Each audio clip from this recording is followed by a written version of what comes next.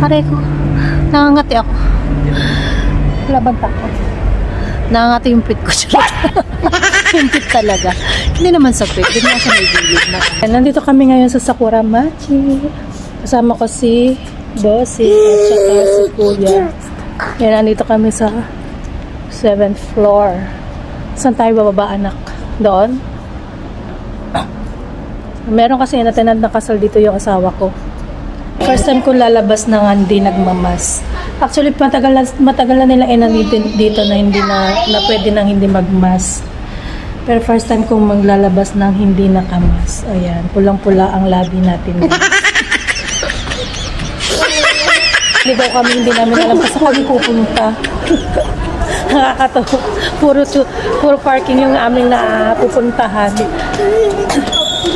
Eto, may nakita na namin. So, dito pala kami papasok sa Sakura Machi Kumamoto.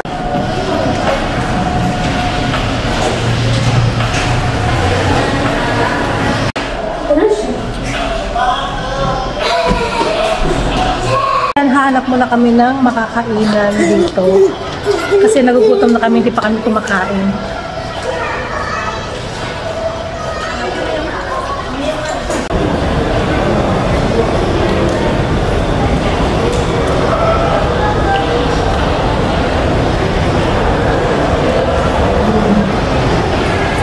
Social naman ang mall na to, grabe. Wow! Parang hindi tayo bago ito, guys. Pang ano lang tayo, pang mumurahin mall lang tayo. So, ayan, kakain muna kami habang hinintay namin si Papa. Bakit parang ang ganda naman ng ating putis dito sa ilaw nila? Ang ganda naman ng ilaw nila. Parang mistisa tayo. O, tignan mo. Wow! Ang ganda-ganda naman ng ilaw natin dito. Parang ang sarap mag-vlog dito lang. Kasi mukha tayo mistisa. Pero mistisa para ay bossing. Ba't ang ganyan naman ang dito kami kumain sa may mushroom root. Hindi mushroom pala to. Mushroom pala yung dito sa Freshness Time. Gusto nila sa McDo ulit. Pero sabi ko, Diyos ko naman, maiba man lang. Kasi meron naman, malapit lang naman sa amin yung McDo. Kaya sabi ko, ibahin naman natin. Ay, kasi dito kami kumain sa my Freshness Burger. Ang sarap. Ano naman masarap dito? And mura pa. Kasi alam niyo, na-expect ko kasi dito kasi sobrang napaka-social naman ng mall na to. Sabi ko, parang mapapalaban tayo eh. Ang budget lang natin eh pang masa lang. Wala tayong pang ang budget lang nanay ay pang masa lang po. Buti na lang ang aking mga junakis ay hindi rin mga sosyal. Ayan. Pang masa lang din ang kanilang mga kinakain. Yung hotdog. Ayan. Tapos na kaming kumain. Mag-ikot-ikot lang muna kami. Kasi medyo mahaba-haba pa yung oras ng paghihintay namin. So kaya ikot lang. Ikot-ikot lang. Ikot-ikot lang kami dito. Maglalaro muna daw tayo doon. Kasi di ba, binigyan tayo ng ticket kanina. So sayang naman. Gagamitin muna pala namin yung binigay na ticket sa amin. Kaya maglalaro muna kami ng crane. Baka sakaling may makuha kami. Tapos, ikot-ikot ulit.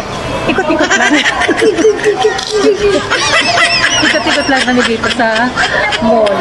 Habang naghihintay sa aming amahin. Ayan.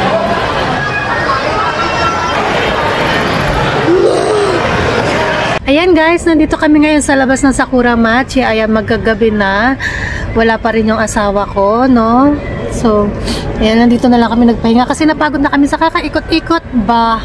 Wala kami ginawa kundi umikot lang na umikot sa Sakura Machi. Kaya ayan, nandito kami sa may hagdanan para maghintay sa kanya. Yun, ang dilim na, madilim na dito. Oh. Pero ang ganda ng paligid. Maganda pala dito pag sa gabi, no?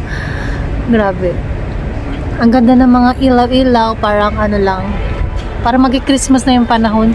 Eh sabagay, magi-Christmas naman na talaga kasi nga December na, 'di ba? September na to. So ang sarap naman ng hangin, ang lamig dito. Ay, may paparating.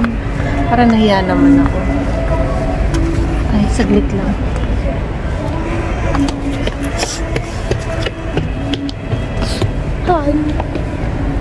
Mukhang mga ano, mukha sila mga ibang lahi, yung mga dumaan.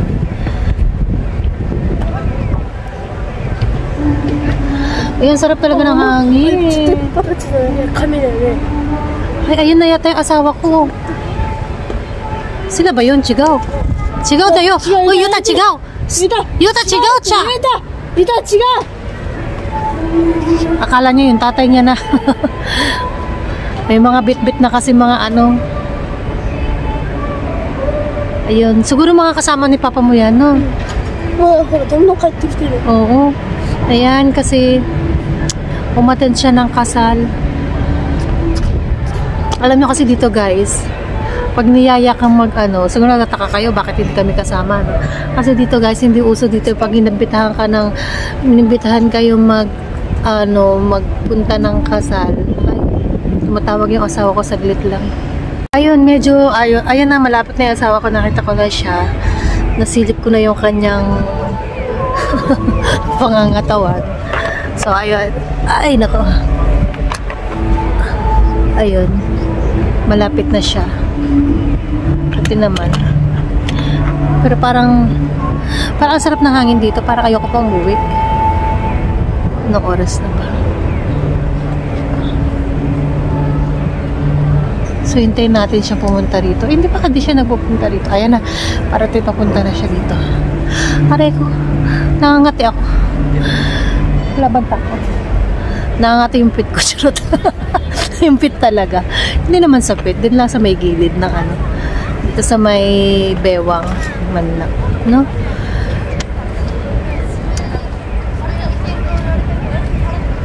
So, ayan. Pakita ko sa inyo ang aking asawa.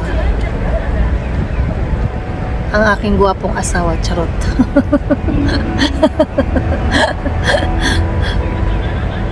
Ayan na siya. Ayun, pinuntahan na siya ng mga bata.